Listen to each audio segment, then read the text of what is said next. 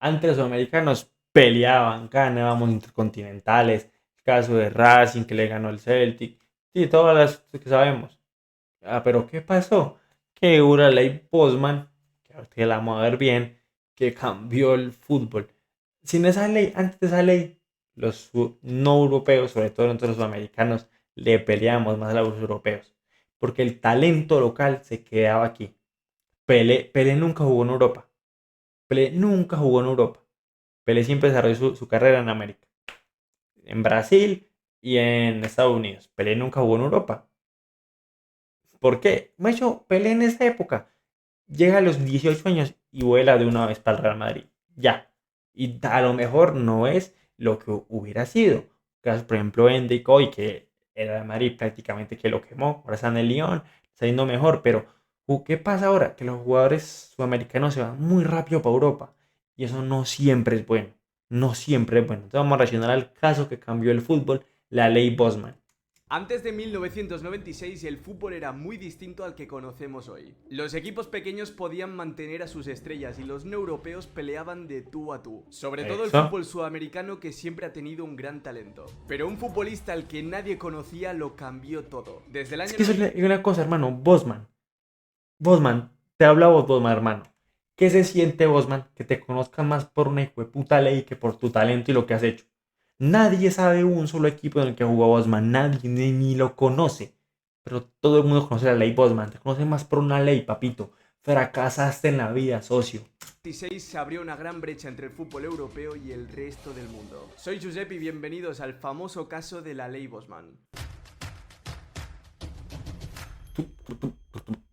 Durante los últimos 20 años de fútbol Es que usted, espera, usted coge, quite esa letra y le pone esta foto a alguien que sepa de fútbol, no tiene ni puta idea de quién es, ni idea de quién es.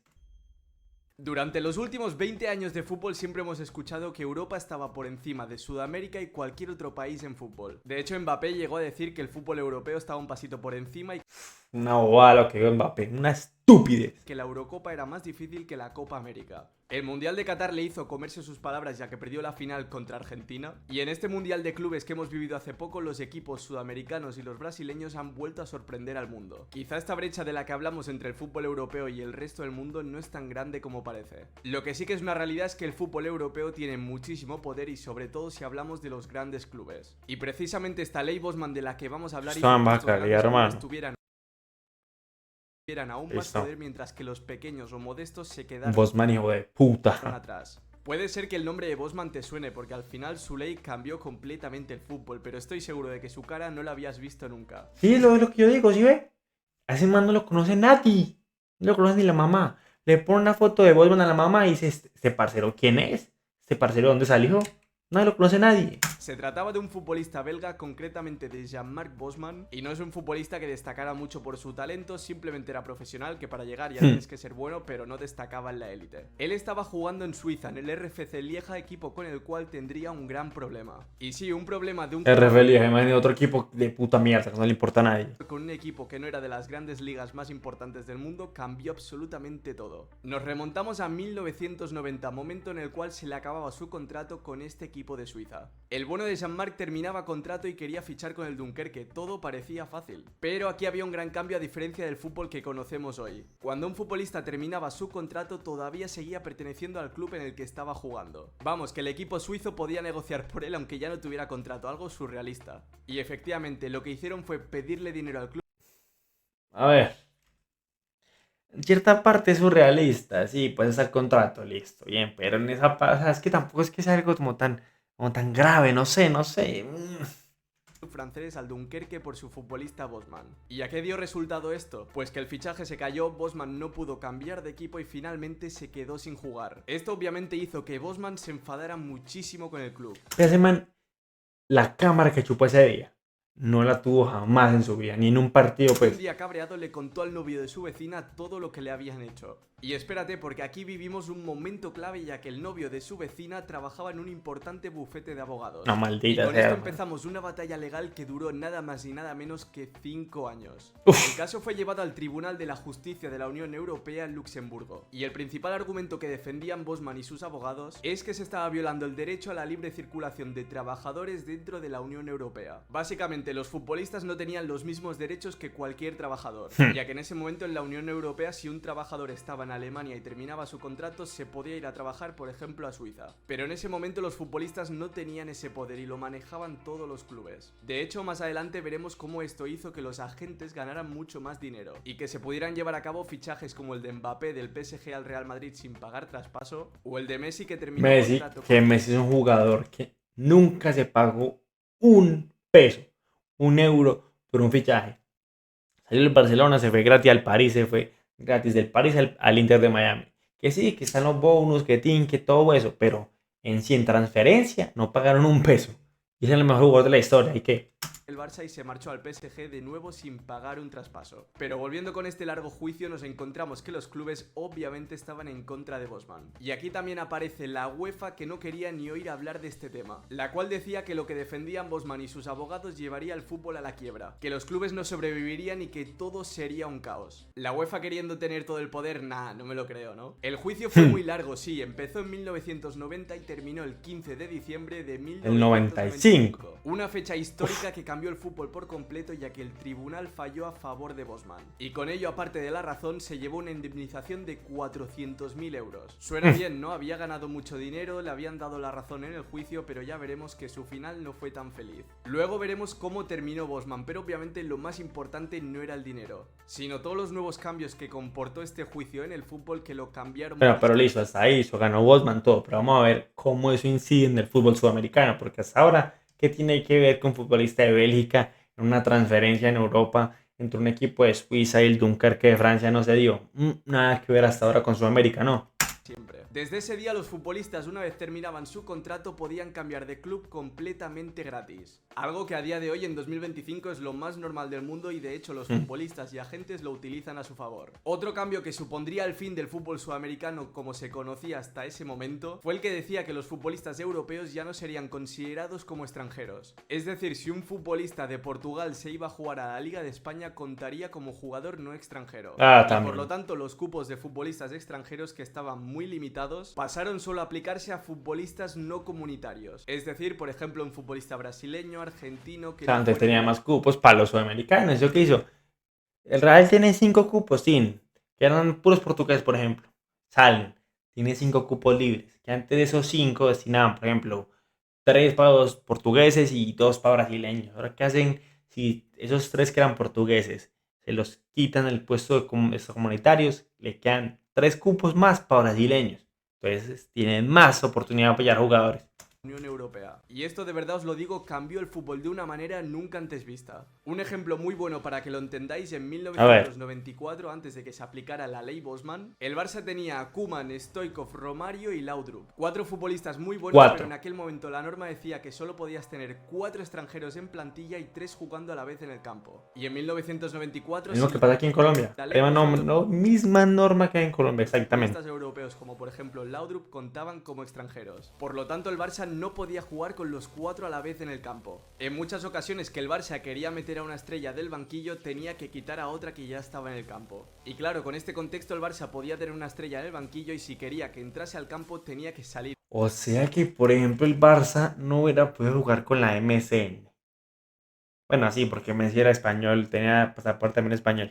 Otra. Pero en 1996, con la ley Bosman y que los futbolistas europeos fueran considerados no extranjeros, se acabó todo. A partir de ahí ya podían coincidir los 4 en el campo y jugar libremente. Y claro, antes de este cambio, todas las ligas estaban conformadas en su mayoría por futbolistas nacionales. En España estaba lleno de españoles, en Argentina estaba lleno de argentinos y en Brasil estaba lleno de brasileños. De esta forma, la mayoría de países conservaban a sus mejores talentos en sus ligas nacionales. Obviamente los grandes clubes antes de esta ley también fichaban a jugadores brasileños, argentinos, pero era Sí, obvio. momentos estaba Pero todo se muy incrementa controlado, más. ya que como hemos comentado solo podían fichar a 4 extranjeros y solo tener a 3 sobre el campo. Y comprensiblemente la ley Bosman hizo que le entrase mucho miedo a los jugadores españoles de la liga, ya que claro, si los equipos podían empezar a fichar alemanes, suizos, portugueses, cualquier jugador de la Unión Europea sin contar como extranjero, ellos peligraban. Pero durante todos estos años ya hemos visto que no ha sido tan así, las canteras han seguido más vivas que nunca, pero ya en la primera temporada que se aplicó la ley Bosman en la 1996-1997, tuvimos un cambio radical en el mercado de la Liga Española y también en todas las plantillas. En A España ver, se sumó el boom de los contratos por derechos televisivos con la ley Bosman, y eso de verdad que provocó una auténtica explosión en el mercado veraniego. En esa misma ventana se pasó de 90 sí, o sea, 1080p. extranjeros a un total de 199. Diablo, hermano, más del 100%. Y el gasto de millones de los clubes pasó de 30 millones de euros a un total de 170. Las grandes Dios. ligas se llenaron de talento internacional y el mercado se volvió muy activo. De hecho, a día de hoy el mercado no podría ser lo que conocemos si no fuera por la ley Bosman. Los clubes empezaron a fichar a lo grande y cada vez se movía más dinero. Pero como os digo, también empezaron a pasar cosas que asustaban a los futbolistas nacionales. En el año 2000 el Chelsea salió al campo con un 11 donde no había ningún futbolista inglés. Algo impensable antes de la ley Bosman, pero que en ese momento se hizo realidad. Y sí, puede ser que un jugador español ya no tuviera su sitio asegurado en la Liga Española o un inglés en la Premier League, pero la ley Bosman les benefició en que podían marcharse a cualquier otra liga sin ningún tipo de problema. Y de verdad que le quita el puesto en su tierra, pero le abren en otra parte. Esta nueva ley que cambió el fútbol por completo trajo cosas buenas y cosas malas. Empezando con lo bueno, nos encontramos con más libertad para los futbolistas, que sus derechos laborales aumentaron y se nivelaron a los de cualquier otro trabajador, y que aumentó la competencia y el nivel de las ligas. Pero claro, en lo malo nos encontramos que los equipos modestos perdían mucho antes a sus estrellas. Con la ley Bosman los grandes clubes podían abarcar muchas más estrellas y todos se querían ir a los grandes clubes. El mercado sufrió una inflación de precios, ya que como decimos los clubes podían gastar más dinero. Ahora hay más oferta. Antes podían comprar 4 y era más barato. Ahora pueden comprar más, compró más y van a pelear un jugador muy bueno, varios equipos. Entonces al haber más oferta, sube papi. Pero en más estrellas y claro, eso hizo que aumentara el precio. Ley de oferta y demanda, fácil. Y por último, en lo malo tenemos que los ricos se hicieron mucho más poderosos, abriendo así una gran brecha que a día de hoy sigue presente entre los grandes clubes y los más modestos que empezaron cada vez a ganar menos títulos. Básicamente, si eres un club modesto y tienes a una gran estrella que está despuntando, o renueva pronto con tu equipo, que suele pasar muy poquitas veces, o te verás forzado a venderlo porque si no cuando... Quizás sí que se ve, hermano. Se ve el jugador bueno de equipo chico que se va gratis al equipo grande. Ahora es más común. Debe hacerlo lógico. Jugador bueno de equipo chiquito, que se vaya a un equipo más grande, pero pagado. Pero ahora se van gratis, uy, no. Termine contrato, se te va gratis. Ahora sabemos cómo repercutió esta ley en el fútbol, pero ¿y Bosman? El belga ganó su juicio, sí, pero fue el gran perjudicado de toda esta historia. Perdió nada más y nada menos que... ¿Sabe qué? No sé, pero voy a decirlo. Quedó con mala fama de que era pleitoso, que le gustaba la pelea. Y nadie más lo contrató. 5 años de su carrera futbolística y además en su mejor momento, de los 26 a los 31 años. A partir de ahí jugó en clubes semiprofesionales, pero claro, no era lo que él aspiraba ni lo que estaba haciendo antes del juicio. Y dirás, bueno, ganó 400.000 euros, ni tan mal, ¿no? Pues amigo, siento decirte que la mayoría de esos 400.000 euros se los gastó en costear el juicio. Y todo esto desembocó en un Bosman que terminó deprimido, divorciado y con problemas con el alcohol. Una vez terminada su carrera, el belga vive de las ayudas de la Asociación de Futbolistas, la cual obviamente le está eternamente agradecida. Y no solo ella, sino que los agentes de futbolistas también le estarán eternamente agradecidos a Bosman. Y aquí nos encontramos con una gran paradoja. El hombre que provocó que se muevan tantos millones en el mundo del fútbol terminó en bancarrota. Y así no es una sorpresa para nadie que los agentes de los futbolistas, cuando uno se marcha gratis, cobran muchas comisiones. O incluso sin que se vayan gratis, ya solo por moverlos de un equipo a otro ganan mucho dinero. Y la ley Bosman, sumada a que grandes países y grandes magnates inyectaron mucho dinero en el fútbol, derivó en cosas como el fichaje más caro de la historia de Neymar del Barça al PSG por 222 millones de euros. ¿La ley Bosman cambió el fútbol? Rotundamente sí. ¿Fue una revolución justa para los futbolistas? Sí. ¿Y trajo nuevos problemas al panorama futbolístico? Rotundamente sí. De hecho, mucha gente opina, entre los que yo me incluyo, que las ligas sudamericanas tienen un nivel inferior por culpa de esta ley. Sí, y es obvio, es lógico, es logiquísimo. ¿Por qué? Por todos los factores que dijimos. porque los equipos europeos tienen más poder adquisitivo, porque les han inflado más plata, y entonces como pueden comprar más jugadores, vienen para acá, porque acá está el talento. Si Sudamericana, ligas europeas serían horribles. Bosman y de la ley que cambió por completo el fútbol. Deja en comentarios tu opinión, que me interesa mucho leerla, un like, suscríbete y nos vemos en el próximo vídeo. Excelente video, mi hermano. Esa semana más videos en TikTok, a rato me sale, creo, que sé. Muy buen video. Y la verdad, qué raro que el man que logró todo eso haya terminado así. Y sí, yo pensé que era que porque quedó como con mala fama y entonces los equipos no lo contrataban. No, es porque perdió todo ese tiempo, 5 años de su carrera en un pleito, en un juicio. Y todo lo que ganó le fue en el gasto del juicio. Muy de mala. Es muy raro, hermano. O sea, el man que lo logró, quiso cambiar eso, quedó paila. Y los demás, picho en plata.